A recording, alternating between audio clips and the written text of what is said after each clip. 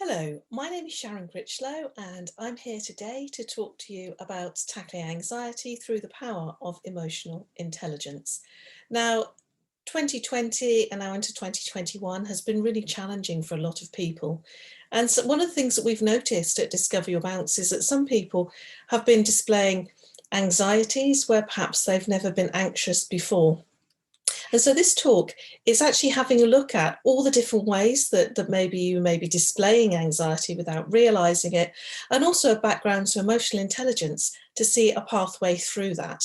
And actually emotional intelligence is really good for your own personal development. So when it comes to getting that bigger job, expanding your business, and all of those other really great things, that's something that emotional intelligence can also help you with. So the aim of this is to define and understand emotional intelligence and anxiety, to understand the context of emotional intelligence as in your business and in your personal life, and consider self-awareness as a pathway to success. So the thing is, what is anxiety? Well, anxiety can put itself in front of you in so many different ways. I think we tend to think of it as being scared, so that the feeling of maybe shaking or fear led, but actually anxiety can present itself, yes, in physical things such as sweating. So if you're nervous about public speaking or similar, then sweating would be a normal thing. But you can also you may have headaches. So anxiety can actually give you sort of headaches around here, a rapid heartbeat, so you can really feel the heart going for it. Insomnia, not being able to sleep at all, memory issues, so perhaps you know your job really well, but in times of anxiety or that sort of types of stress that cause anxiety is that you can't remember anything that you're supposed to be doing. But also overthinking, so somebody says something to you and it's a throwaway comment, but you take it really personally and you read so much more into it. That can be a sign of anxiety. And the reason that I thought it would be helpful to go through some of these signs is that it's not just about what you're displaying, but also the people around you, whether that's your family, your friends, your work colleagues. And now so much of our life is conducted on Zoom and Teams and all of these other platforms. It can become even harder to spot when somebody needs support, and also for them to spot if you need support. So other types of anxiety can present themselves as stomach issues. So whether that's acid reflux or things like that, but also procrastination, so avoiding doing things. Is there something that normally you would do that you're now avoiding doing? And is there an anxiety around that? A lack of patience, but also needing reassurance. So maybe if one of your colleagues keeps saying, what time was that meeting? It was then, wasn't it? Was it here or was it there? Those sorts of things can be signs of anxiety as well. So I think it's worth standing back and having a think about whether you actually display any of these signs. And if so, is this new? Or is this actually something that's always been part of you? And is this something that you can share with somebody else? And if so, this is a great way to start in actually finding a solution, is to define it in the first place. Now, as you see on this slide, I've put fight, flight, or freeze. Now, what we mean by this is that when people are under stress, there are three typical responses, and all of us will do varying combinations of these depending on what the stress has been. So do you stand there and literally fight your ground? Do you come out and just go, no, I'm not having it, this is what's going to happen? Or actually, when you're already feeling a bit bruised and battered, do you run away from it? Do you go down the procrastination route? Do you go down the avoidance route? Are you out of here? Or do you freeze? Do you literally do nothing? Which is, again, it's more procrastination, but it's worse than procrastination because you're probably not doing anything at all. And this is a really normal response that our body and the hormones in our body gives us to frightening situations. I mean, when you think when we were all living in caves, that a saber-toothed tiger comes into the cave, and these are the sorts of responses you want. You're either going to fight it, you're going to run away from it, or you're going to try and hide. And so all of these things are with us for a reason, but actually in our modern lives, they can hold us back more than they take us forward. And sometimes we can feel like we're a hostage to all of this. You know, every time I've got to do this, I feel like this, and I can't give it my best, and it can turn into a bit of a circle. But the reality is that once you've defined what it is, once you recognize what it is that is pushing that particular button, that is giving you that anxiety or that circumstance, you have a choice, because we all have choices. You can choose to go down the same path, go through the same cycles, do the same things, or you can choose a different way. You can choose that your response is going to be different. But of course, in the height of an emotional situation, choosing a response can feel like an impossible dream. And this is where emotional intelligence comes in. Now, emotional intelligence has been around for a long time as a term. Some people call it emotional quotient, and it's the study of having a look at how people use their emotions to better their circumstance. Because quite often, it's not necessarily the people with the best qualifications that get the top job. And in the majority of the time, actually, the people who get that top job have that extra skill. And when Daniel Goleman actually looked at this and said, so what is it that makes some people even more successful than others? He found that it was due to emotional intelligence. So the ability to perceive emotions, to access and generate emotions, and to assist thought, and to understand emotions and emotional knowledge, to reflect and regulate emotions, and to promote emotional and intellectual growth. And what all that really means is being able to spot what's happening to you when it's happening. And did you know that only 1 in 3 people can do that? But it is a really useful skill. So here's another Howard Gardner theory, if you like, on emotional quotient, about understanding the level of your ability to understand other people, what motivates them, and how to work with them cooperatively. And we're going to go into this in a little bit more and have a look at, so how do you do this? Because this is a key area. And now, particularly when so many people are working remotely, or you have to deal with your clients, you have to deal with your staff, you have to deal with everybody else in a more remote fashion, is how do you bridge that gap? How do you keep it human? How do you bridge that gap? So a little bit more here about IQ, EQ, and performance. So people with the highest IQ outperform 20% of the time, and people with an average IQ outperform 70% of the time. And the difference, as I said before, is this emotional intelligence, this emotional quotient. And only 1 in 3 recognize this as it's happening. But 90% of really high achievers have a high EQ. So it's worth having a look at this, both from the perception of anxiety, but actually anxiety is just an emotion. I know it doesn't always feel like just an emotion, but it's just an emotion.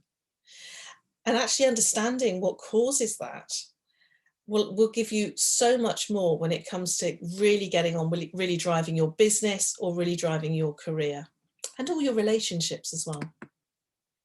So emotional intelligence falls into these areas: self-awareness, which we should go into in a little bit more detail.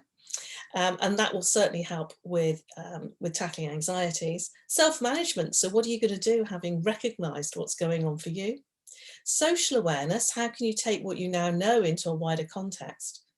And then relationship management, and it's relationship management actually that gives you the biggest push of all, but you cannot have relationship management without doing the work yourself. So in this talk, we're going to have a look at self-awareness and a look at self-management as the real basis for both tackling anxiety, but also for progressing yourself in a personal development journey. So how many words do you know to describe positive emotions? If I was to say, use a different word to describe happy, then what would you have? What words would you have? Would you have joyous? Would you have, how many other words can you use? And develop your descriptive skills around this. And there's a very good reason for doing this. Because if I was to say, I'm stressed, that would mean a very different thing to me than it means to you. In a working environment, I'm stressed could mean I have too much work to do. And as a manager, if I know someone has too much work to do, that is a different response to I don't know what I'm doing, and that's why I'm stressed. So being more descriptive with yourself will help you to pinpoint what is causing an issue, but also will help you to describe that issue to someone else. So this is an example of some positive emotions. So if I say happy or joy, then, you know, or any other positive emotions like this, it could be affection, it could be hope, it could be gratitude, calm, curiosity, awe, and inspiration. They're all very positive words, but they all mean slightly different things. So you might be grateful for something, but not calm about it. So you could be very curious about something, but it's not love. So being able to describe it in a bit more detail means that not only will you have had that dialogue with yourself as a form of self-reflection, but also you can then hope to be able to explain it to someone else, either in a therapeutic situation or actually to a friend or to your other half, if you want to really explain what's going on for you, rather than just using the blanket expressions like, I'm just fed up. Yeah, I'm just bored. People are very rarely just bored. I'm just stressed. So rather than stressed, start to use other words such as, I am tired because I'm not getting enough sleep and then I've got a foggy brain all day. Have a think about what's the next level down, what's the underlying, and that will start you as well on an emotional intelligence journey. Now, part of this journey is about describing and reflecting. So thinking about, okay, so where's this all coming from? How do I describe it to somebody else? But also, when you're looking specifically with regard to anxiety, as you're doing this, have a think about your self-talk. What are you saying to yourself in your head when something goes wrong or when this thing occurs? So if I've got to drive into the city, I get really nervous, I start shaking a little bit, I start, sweating a little bit, my heart goes, I really don't like it. What are you telling yourself when you're doing that? Are you telling yourself you don't like it? Because if you are, then you're just reinforcing it in your brain. Or are you telling yourself, it's going to be okay, we do it every week, nothing bad ever happens? What are you telling yourself when you are in the height of that anxious state, or when you can feel yourself heading towards that?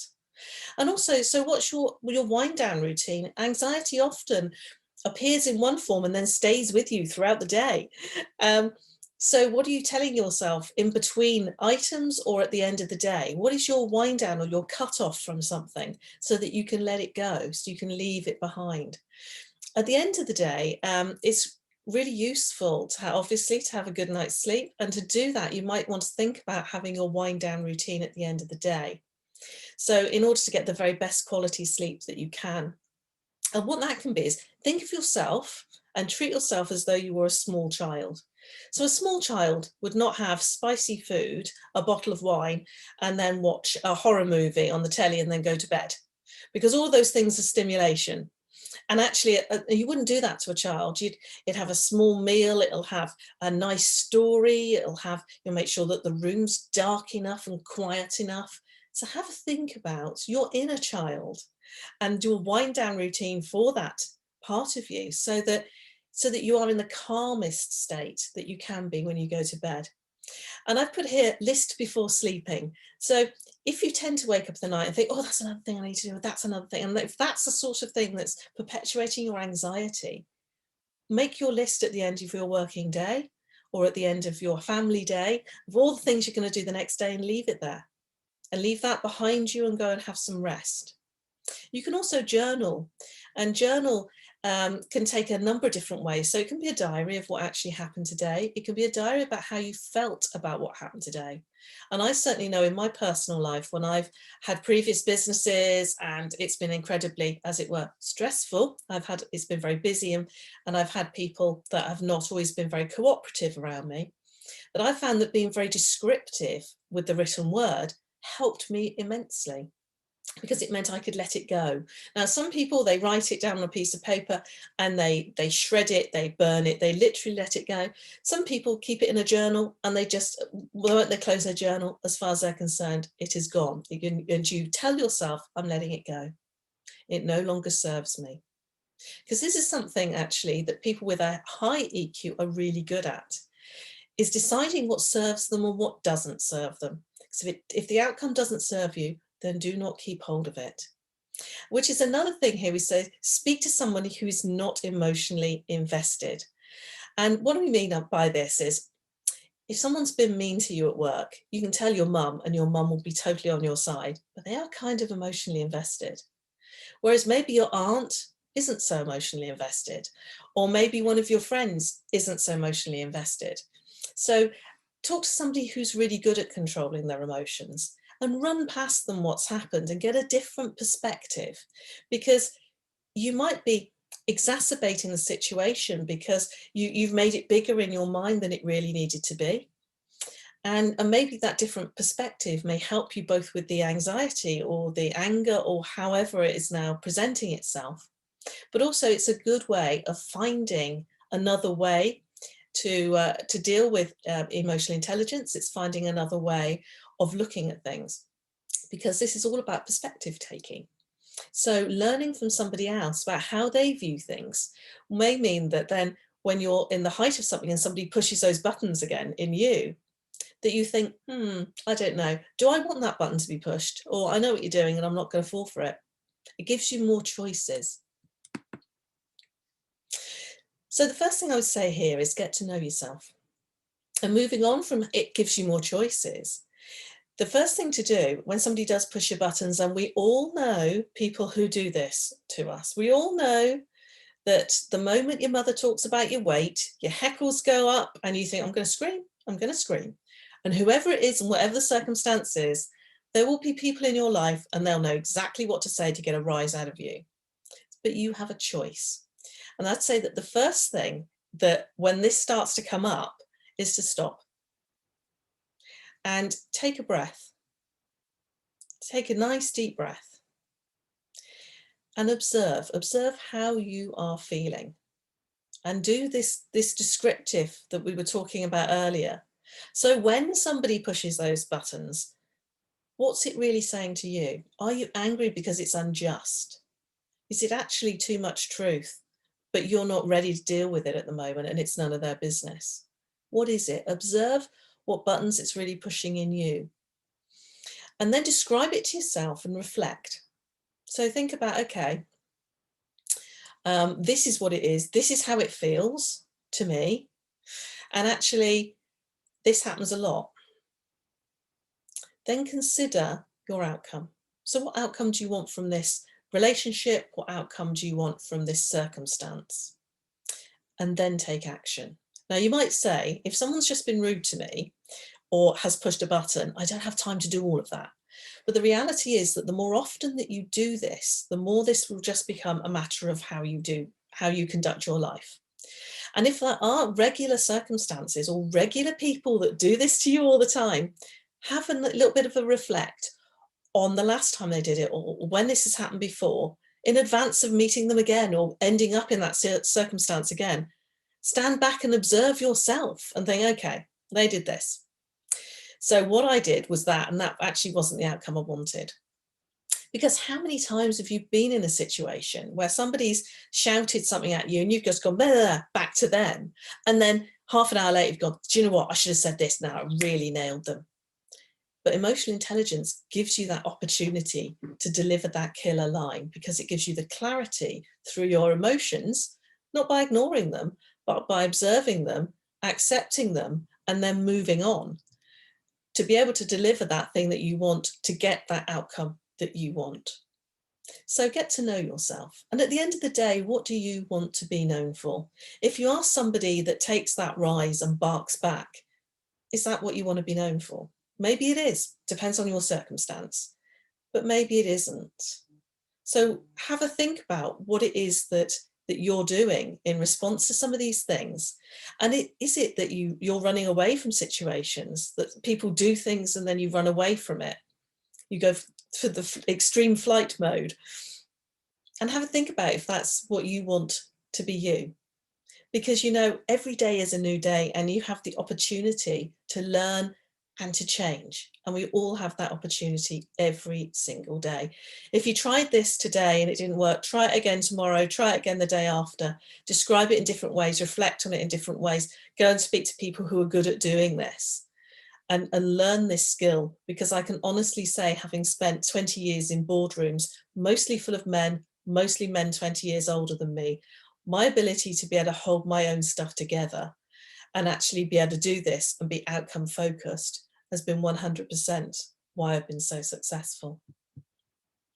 So moving on from this, get yourself a plan.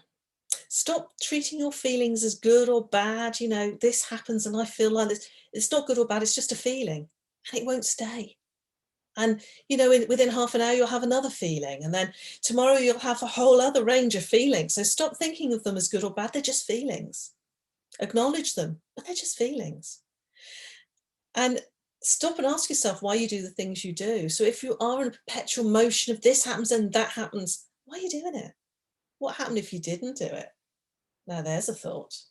Spot your emotions in books, TV and music. If you're not good at describing it and you're not really sure, is there a film with a character that describes how you feel? Is there a song with the words that describes how you feel or how you feel in certain circumstances?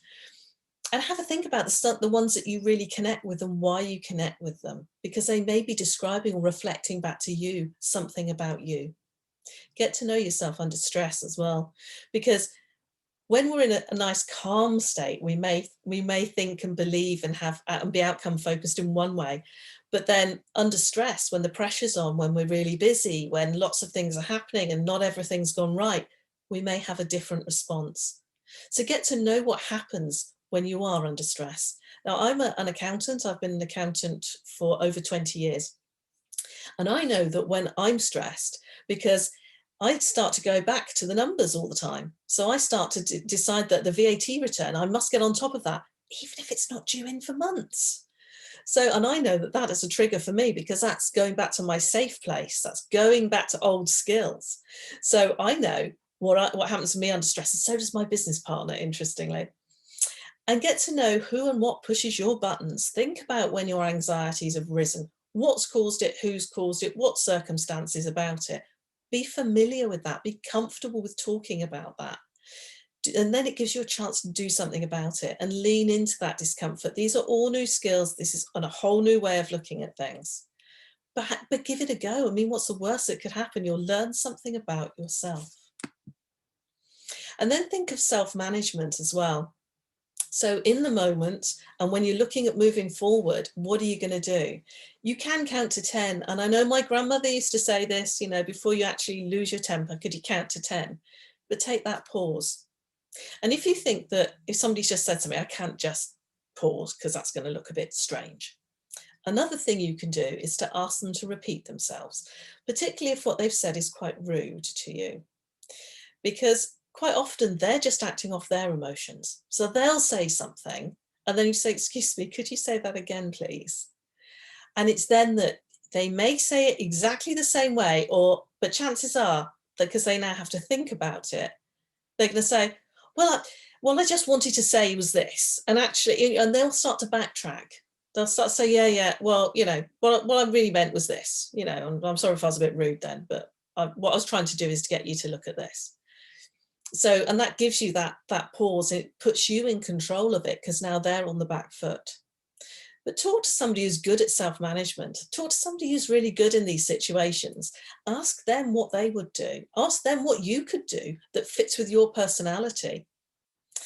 And remember to get lots of sleep. I did mention it earlier. But, you know, sleep's good for anxiety. Sleep's good for being able to control any of your emotions, because it's when you're asleep that your body gets a chance to renew itself. We all know this, but really think about it, because, you know, even just getting half an hour's extra sleep every day is going to put you in a better mood, and it's going to be able to give you more brain capacity to be able to deal with all of these things. And smile and laugh more. You know, your brain can't tell the difference a lot of the time between what is real and what is imaginary. And so if you've got a big smile on your face, then actually your brain is thinking, well, you must be happy then. And it may be a bit of a grimace, you may not be feeling it, but sometimes just putting that smile on your face puts you into the right psychological place to be able to tackle all sorts of things. And I accept change is just around the corner. And I think all of us have lived through 2020, thankfully. We've lived through 2020. And that is a very big change from 2019. And I'm sure 2021 will be a lot of change again. So even though some of these things might have been plaguing you since since early adulthood or childhood, just accept that, you know, all things change, and that change may too be round the corner. And create a list of your emotions and then the reasons, you know, so this happens and actually this is what brings it on in me. This is what pushes that button in me, or this is what promotes it in me. So sometimes it might be, I laugh outrageously and out of control and it's all amazing. And the reason is this, because I really love certain things on YouTube or this particular comedian. But then similarly, it could be, I get really depressed and a bit down and a bit fed up after being in this particular circumstance. It could be a certain type of management meeting. It could be dealing with suppliers. And then think about why. Underlying that, what is it really? Do they not value you? And as a result, you don't value you? But really start to dig down a little bit on thinking about some of the not so good stuff and actually what's causing that and what's bringing that on in you.